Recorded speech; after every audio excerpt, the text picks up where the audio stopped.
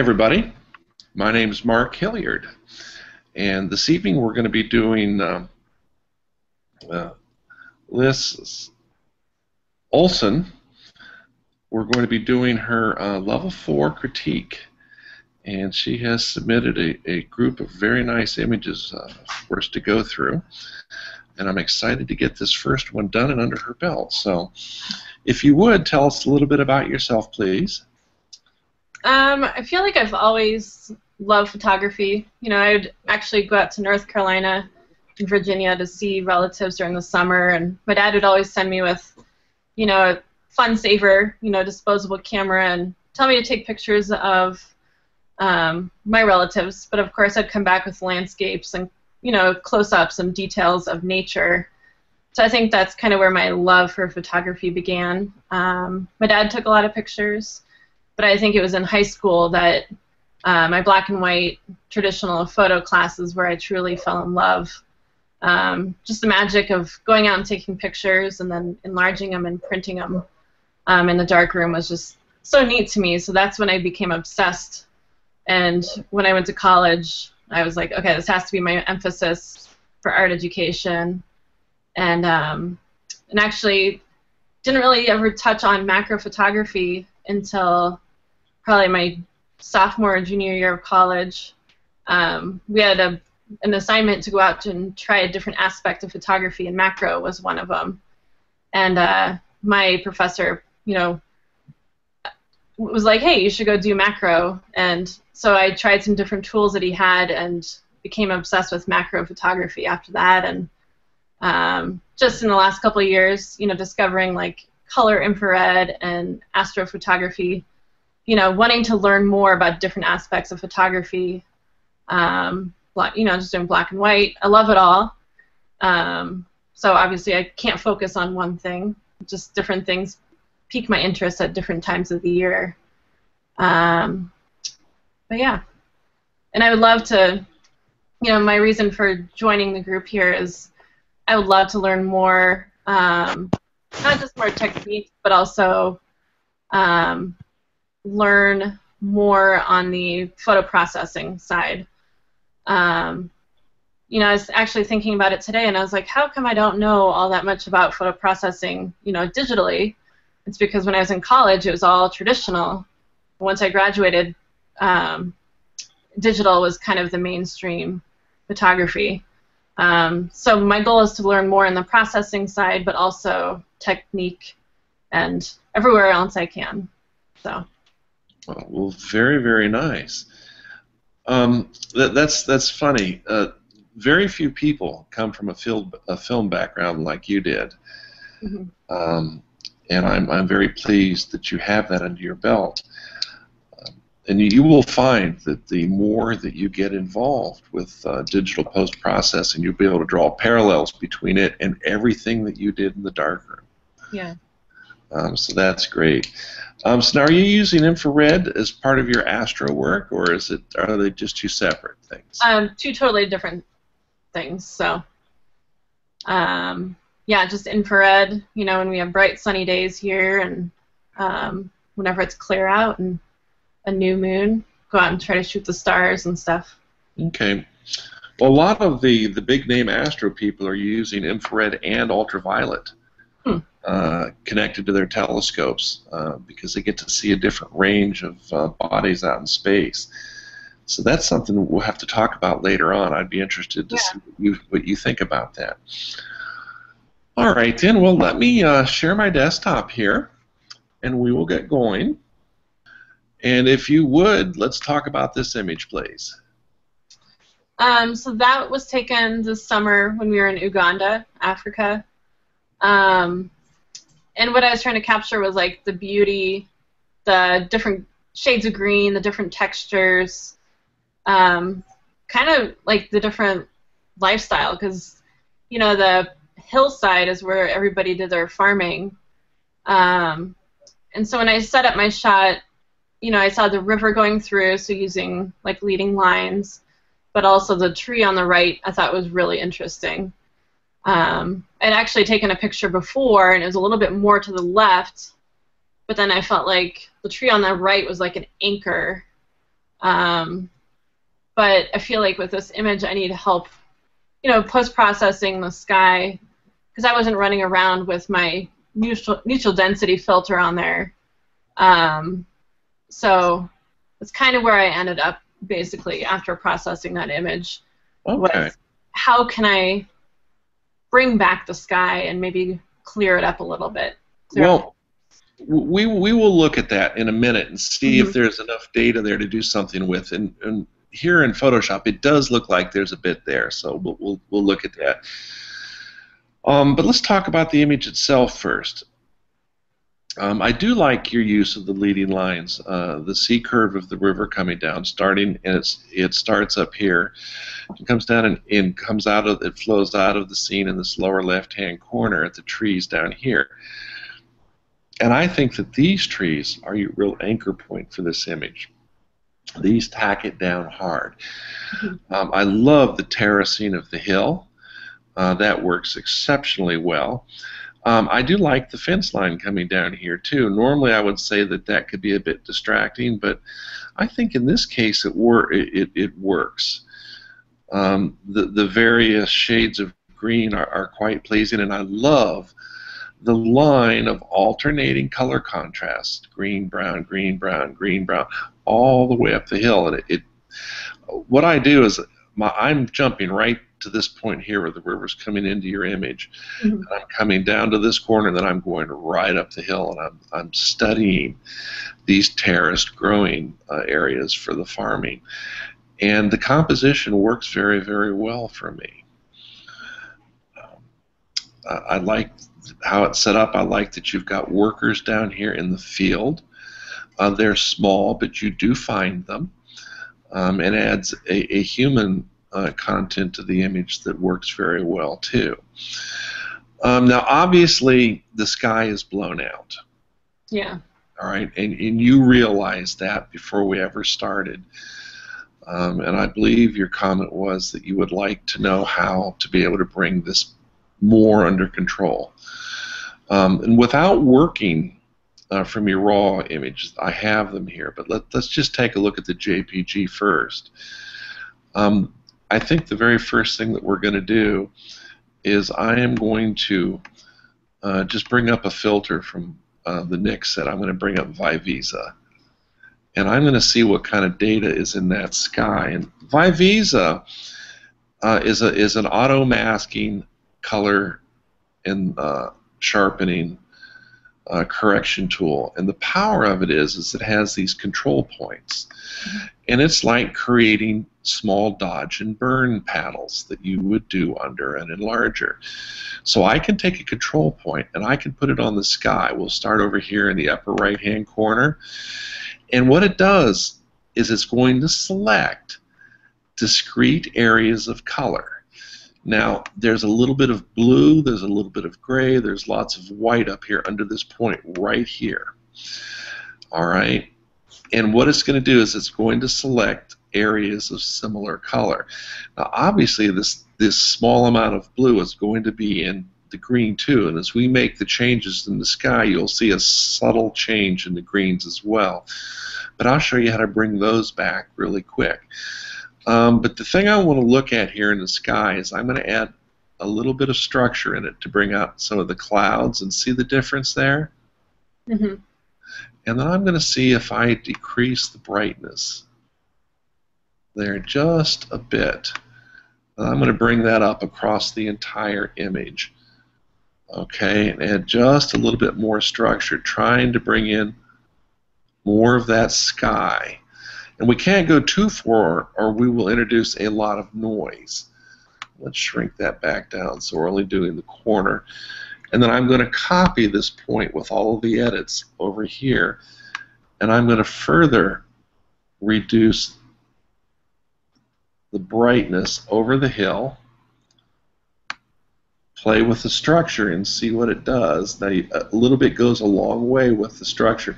What structure is micro contrast sharpening, and it's different than the sharpening that you would find that we would do within Photoshop. Okay, it works on a much smaller level, And even a grayer sky with a touch of color, and let's try playing with the saturation over that blue area. And that doesn't really work. Even that is better than what we saw before. Yeah. Because we can see detail in that sky now. All right? But now let's go look at the hilltop, okay? And we'll just drop a control point there. And the first thing I always do is I will play with the structure. See how it brings out the detail that we've lost there? Oh, yeah. Okay, so we'll bring in a little bit of the detail. We'll slightly increase the saturation to enhance the greens a bit. And I might darken it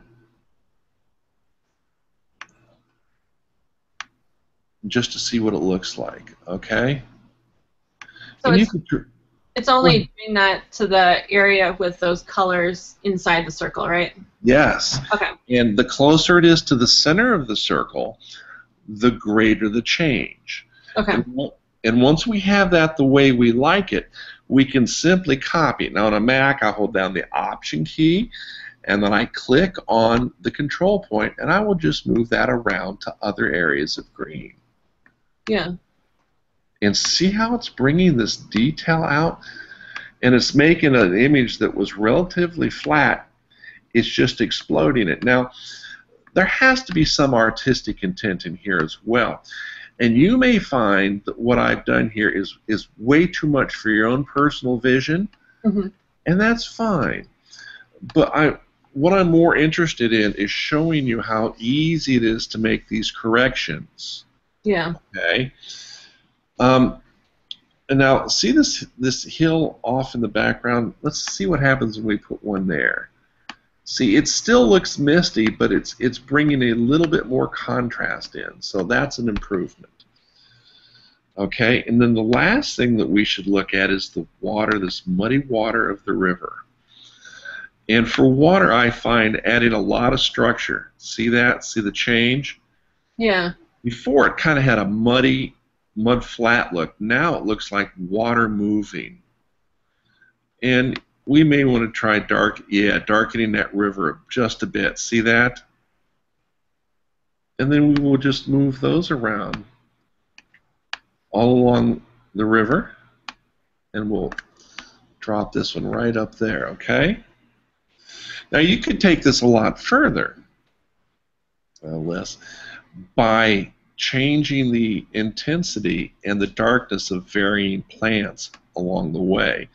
So if I move this control point over these dark trees here on the side of the hill, and then darken just those trees, see how it adds more contrast to the scene? And now I can choose just some of the dark trees, and it's going to bring out more detail and yet give greater contrast to give the image more of a 3D effect and draw us in. Now there's obviously mist in the background. It might even be rain.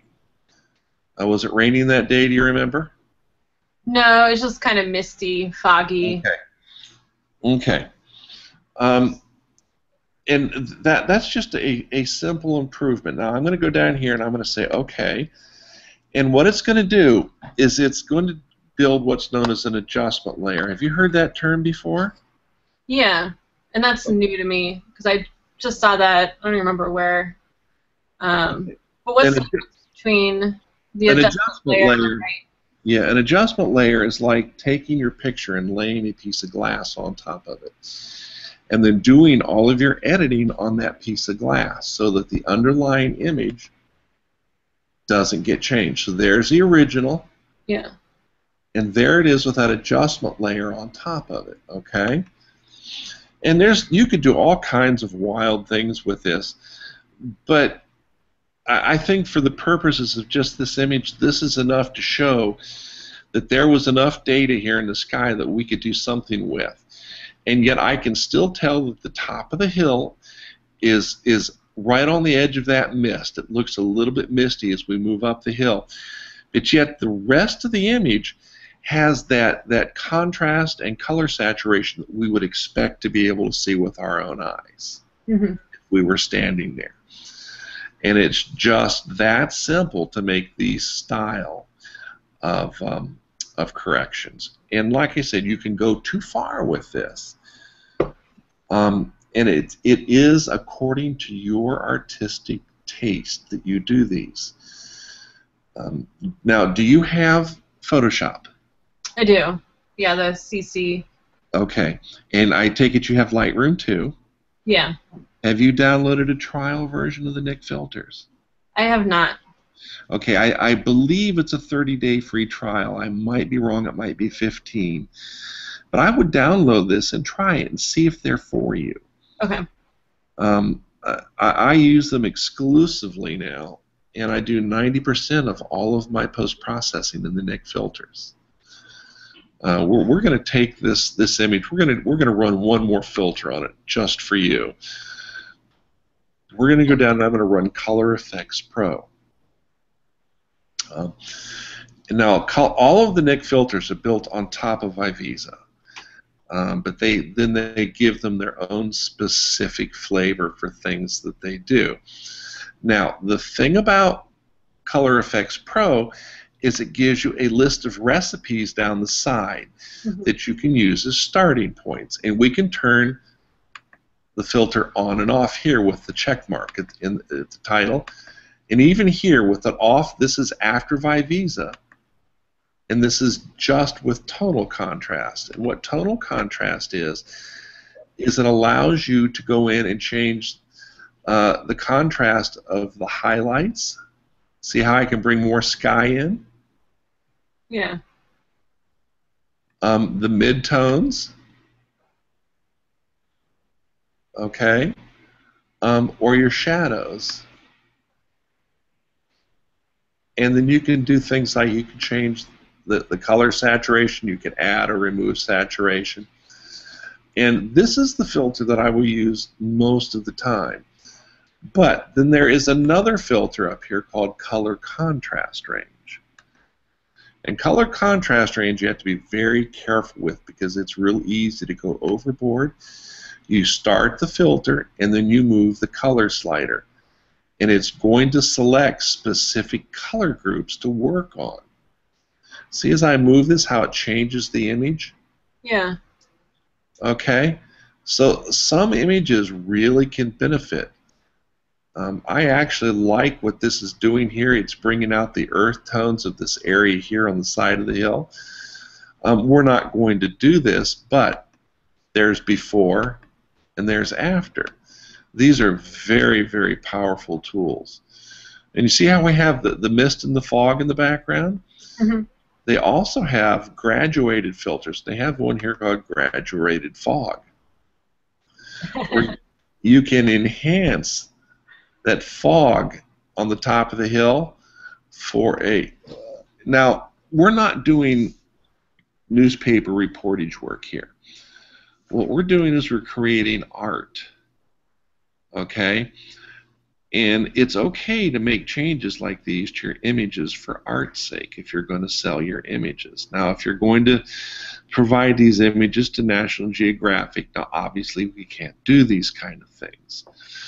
But they are here, okay, and they're for your benefit. So when you download the trial set of this, you should play with all of these filters because there's a lot of power here, okay? Okay. Is this, I think it was Pam said there was a graduated neutral density. There is. That's in the Color Effects Pro. Okay.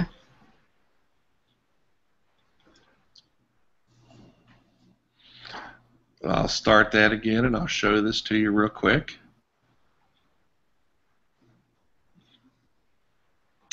I'll start up the graduated neutral density, and what we have is an upper tonality and a lower tonality, so we can make the upper tonality brighter or darker. Okay. Okay? And when we have the sky the way we want it, okay, then we can go in and see we have a plus and minus control point. If we put a minus control point and put it on the green, it'll bring that green back, but yet you still have the sky there. Oh, okay. And we can change the opacity of that to make it match what's below it, but then we can just, see, we can bring all of these back to where they were without affecting the sky. So the neutral density filter, as you see, it can work very, very well. Yeah. Okay? Okay, thank you. And having the plus and minus control points, that's where the real power lays, because you can go in and deselect the areas that you don't want affected by the neutral density. Nice set of tools, don't you think? Yeah, I'm going to have to check them out. Okay. I like the image. I like that you brought the image to me asking for help.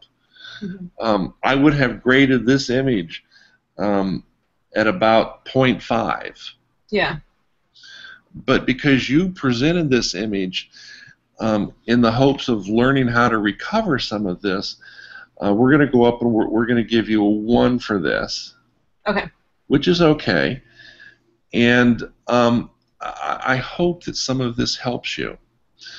And that's the reason why we record these critiques, so that you can go back and access them after the fact and see how I did the controls and the sliders and how I did the control points, okay? Okay. So we're going to get rid of that. We're going to go into the next image. And oh my, tell me about this one, please. So we went to Iceland a couple summers ago, and this was at sunset, if you'd call it that, because it was almost the summer solstice. And so this was like probably about 11 o'clock at night, and the light was just amazing. You know, it was sunset there, if you've been there, lasts for hours, it seems. And just the light was just amazing, and it seemed to be, you know, on the right side, lighting up the icebergs, and then the reflection was just amazing, because it was just a mirror reflection. The water was calm. Yeah, my friends couldn't get me away from the lagoon, so. Yeah, I wouldn't have left either. I think we'd already been there 4 or 5 hours at that point, so. Okay, so you used a 16mm lens, and this is not a full-frame camera because it configured out to 24. What camera did you shoot this on? That was the D300. Okay. All right. Very nice. Okay, I just wanted to look at the EXIF data. 1/25 at f11. All right. Wow. This is a very powerful image. I love everything about this. I love the composition. I love that you attempted to get this horizon here of the ice level on the lower 1/3. You couldn't quite make it because yet you wanted to keep these reflections, which I agree with. That is the primary concern here, to keep these reflections.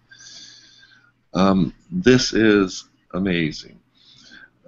The exposure is dead on. The composition is perfect. The color saturation is very pleasing. You've got the dark blue sky with the wonderful clouds, and the reflections are in the water. An amazing shot that you're sharing with us. Thanks. I would suggest considering taking these colored areas of the ice flow and enhancing the colors of these. Okay. So we have this blue-green here, we've got blue here, we've got the blue-green reflection down here in the water. I wouldn't do anything to the sky or the clouds. Those are very pleasing as they are. Maybe do something with the water to further enhance the reflection. This is tiny, tiny nicks. Okay, these hardly matter at all in the overall scheme of this image. Again, very easy to do. And for this, you only need one filter, the Vivisa.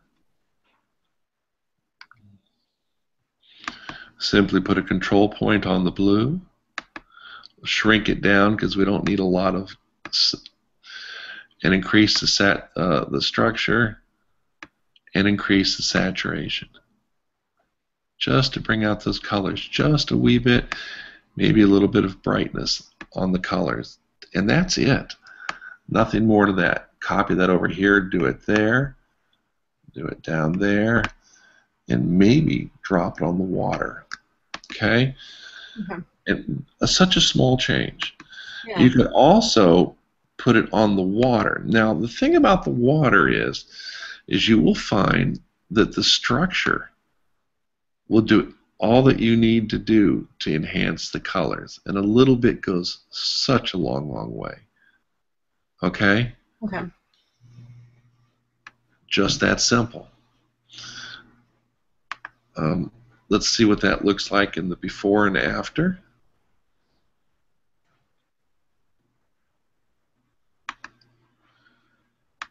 And here it is before. There it is after. See, it's a very minor increase in color. But as a viewer, I mean, there are two people that look at your image, obviously. There's you that took it, and there's me as a viewer. And as I'm sitting here looking at it, it works either way. Your version of it works just as well. I think mine with a slightly enhanced color saturation might improve it again, but as an artistic impression, that's up to you to decide.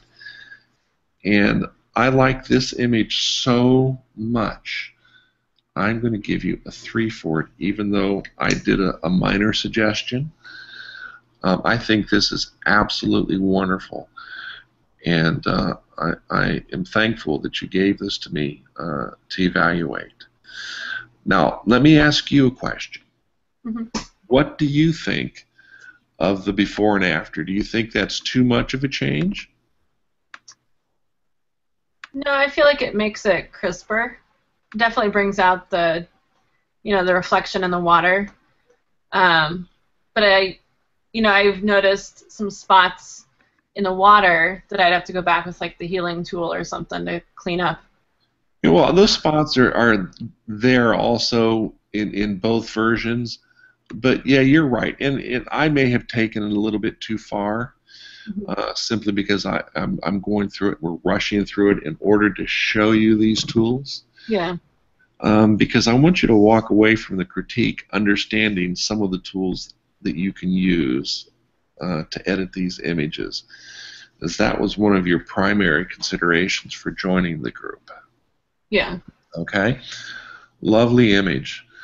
Thank you for sharing that with me.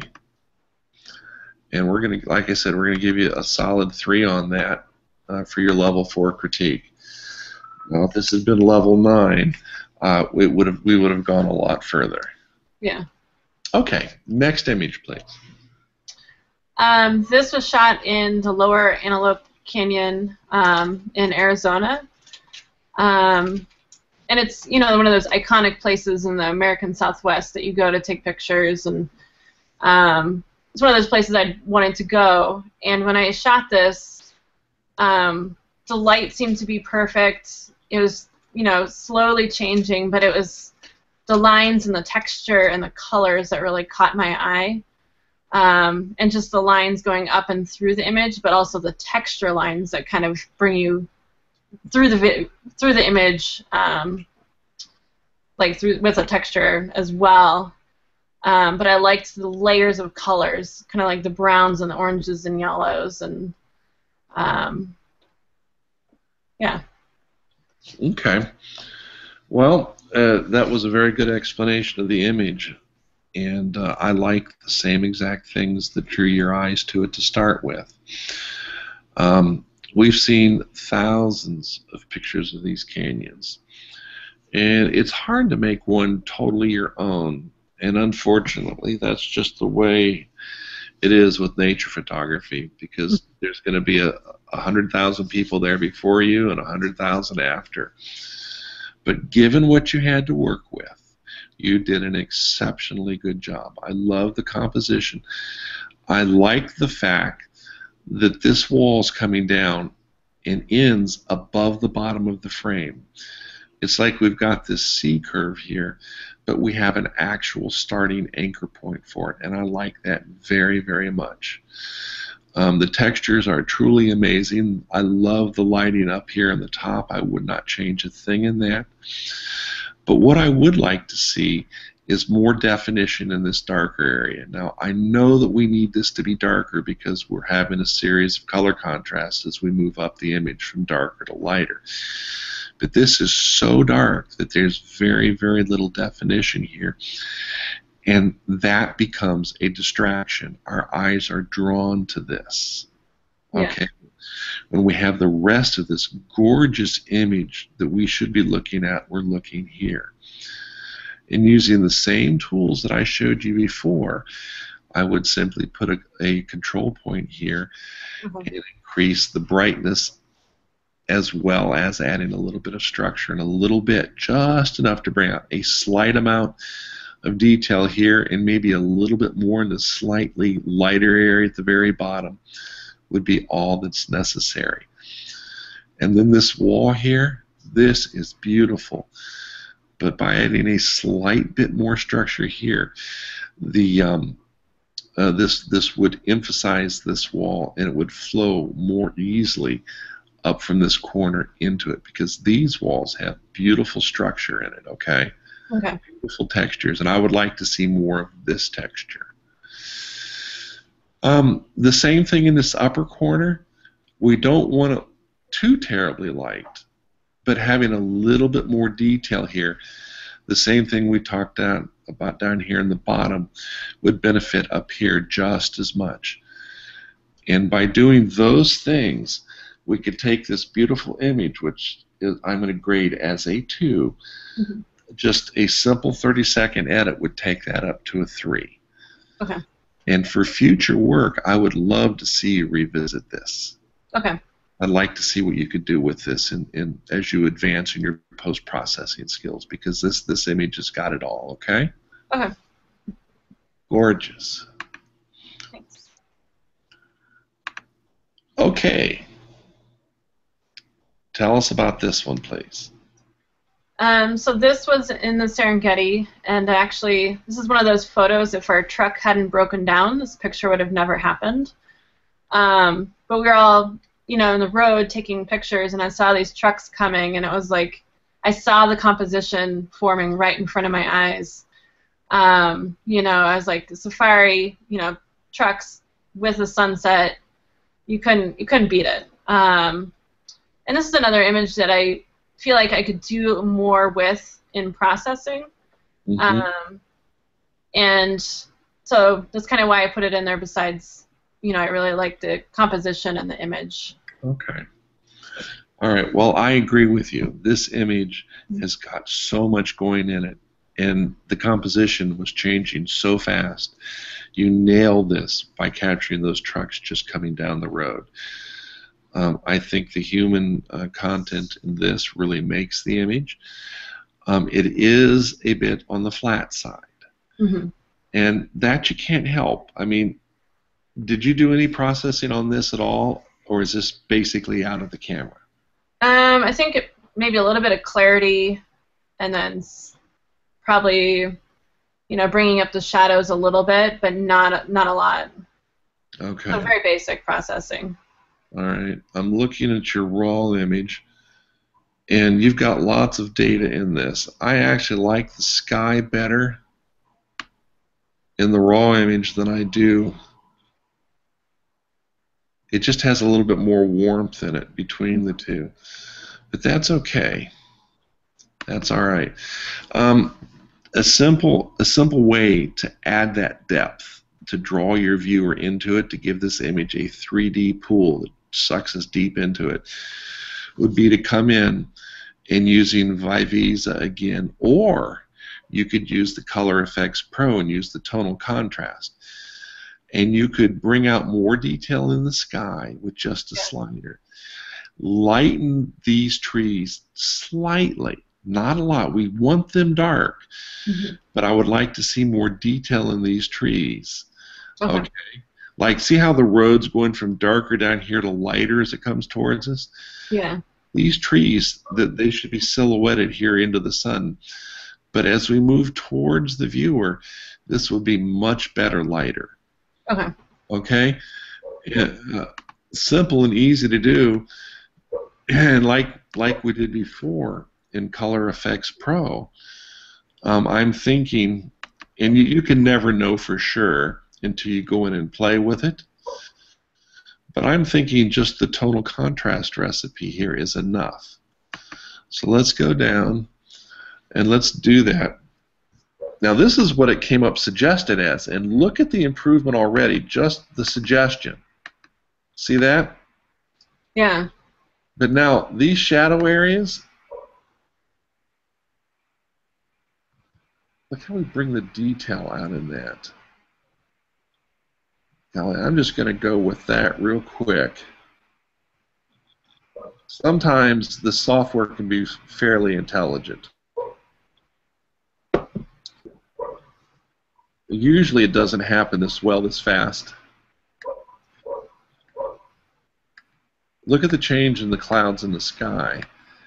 Now we haven't changed the foreground very much, but boy, just that one change alone made a huge difference. And we'll jump into Vivisa just for sake of learning, and we'll add a control point to this tree right here. And instead of brightness, I'm going to use the shadow adjuster, and I'm just going to slightly bring out a little detail in that. Nothing more than that. And add structure to it. See how the structure changes the darker areas? Yeah.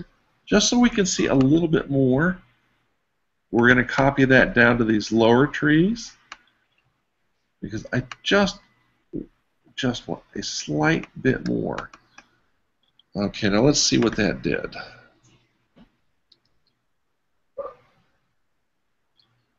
And you have to admit, it's amazing how easy and quick this is. And I don't know if you like it or not, but we use the Color Effects Pro to bring the sky out. And we can use Vivisa to bring the trees out. And whether you like them with that much brightness on them or not, I don't know. But you have choices here is what I'm trying to show you. Yeah. Okay? It definitely helps it look and feel more 3D. Yeah, it does. It gives it that 3D effect. And we're able to walk into the image. And this might be a little bit too bright right down here in this grass. Yeah. Okay, but as you're editing this, you will see what you like versus what you don't like, okay? Okay. I just wanted to give you some idea of what you can do. And like I said, we're going to give you a 2 on that image. Okay.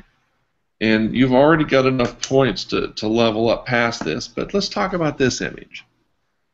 So when we were on safari, you know, we would see a bunch of zebras just hanging out, and every once in a while you would see them standing in this position. So when I shot this picture, if you looked at the raw, this is actually a cropped version of that image. But when I shot the picture, that's what I saw, and then I wanted to get rid of the other zebras. And I just kind of liked it. Like I had said before, it's kind of like they're watching each other's back or protecting each other, or like a hug. Yeah. It's just different than them just standing there looking straight at you. Oh, for sure, for sure. Lovely image, and you're capturing a great moment. I am thinking that since you've already cut off the back of the zebras, that maybe a tighter crop would improve the overall composition. Okay.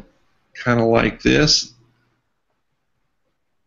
And let's make the focal point the fact that these animals seem to be hugging each other. Okay. Okay. And we'll take out this extra rump roast over here. Yeah. Okay. And then I like the fact that we've got this good bokeh in the background. That's good aperture control. I do think that we need a little bit more contrast on the animals for the white and the dark. Mm-hmm. But oh my, this has just got so much going for it. Let's just try color effects here real quick. All I ever seem to fall back on is Vivisa. So if we can show the other tools in use, that might be more beneficial to you. Yeah, and this definitely the tonal contrast. Yeah. And as I go up in the shadow tonal contrast, look at the texture that we're getting in the hair on the side of the zebra. Okay? That's pretty cool. And see how it brings that out? Yeah. Now the midtones are going to be back here where the plants are. So you can make that more detailed or less detailed depending on where you want to go with it, okay? Mm-hmm. I like the fact that that background was soft and out of focus, and we're going to leave that there. And now I'm going to see what kind of detail I can bring out in the white areas of the stripes. Not that we need a lot. You've got enough there. And we'll just go with that real quick.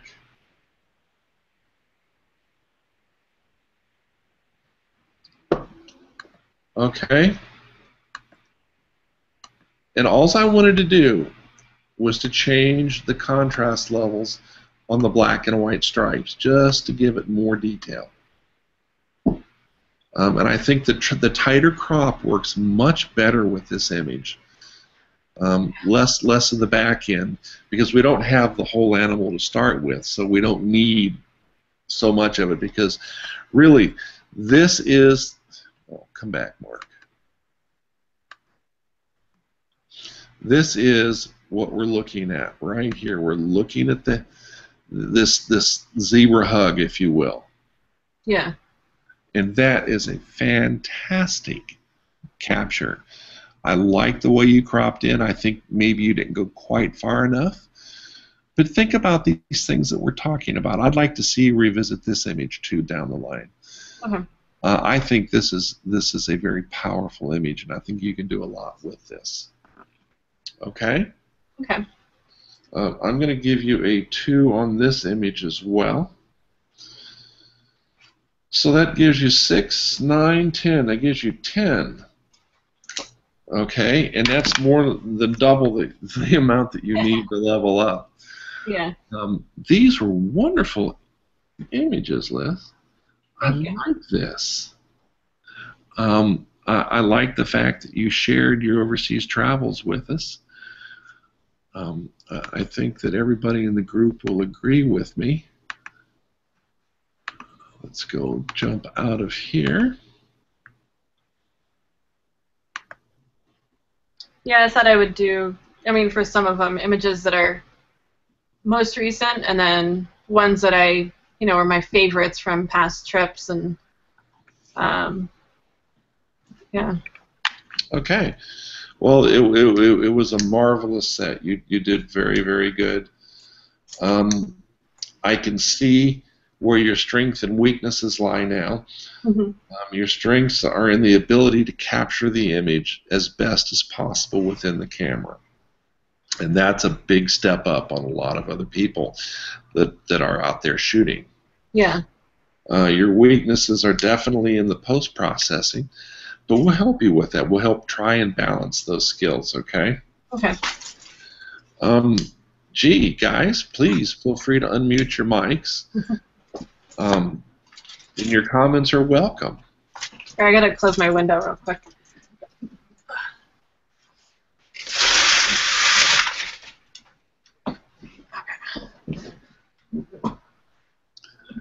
Okay, is anybody still there? I think it was great. A very, very good job, and as Mark said, just a very small adjustment with post-processing. You're going to get there, and you'll be pleased with the images. So if you didn't have the right camera technique, you would have nothing to recover, so feel good about that. You had good camera critique, as Mark said. Thank you. Yeah. Is there, are there good tutorials online for how to use the Vivisa or books that you guys recommend? You've got in the Arcanium in the Grand Library. Yeah.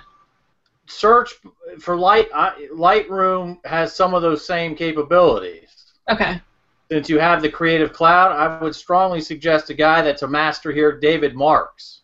Okay. Who's from around Glacier National Park. He's a tremendous teacher. I've seen him in person this year, and they're very short, just very targeted on one little aspect. Going back to your Uganda image, the gradient tool or the spot adjustment tool could have done the same thing in the sky in Lightroom Creative Cloud. Yeah. It's just, do you like Coke or Pepsi? You have to find the workflow. But Visa is very easy. Yeah.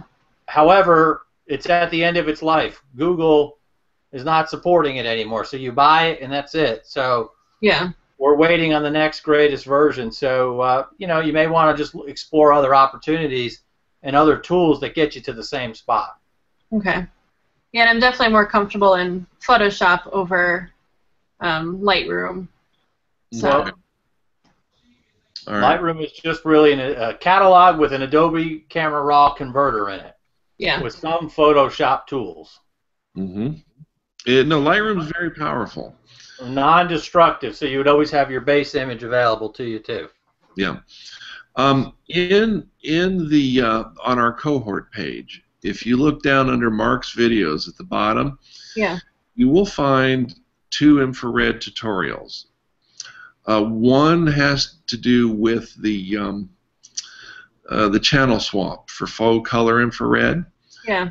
And the second one, the part 2, is all about using the NIC filters. Okay. Now they're being used on an infrared image, but the technique is the same. It doesn't matter whether you're using infrared, color, or black and white.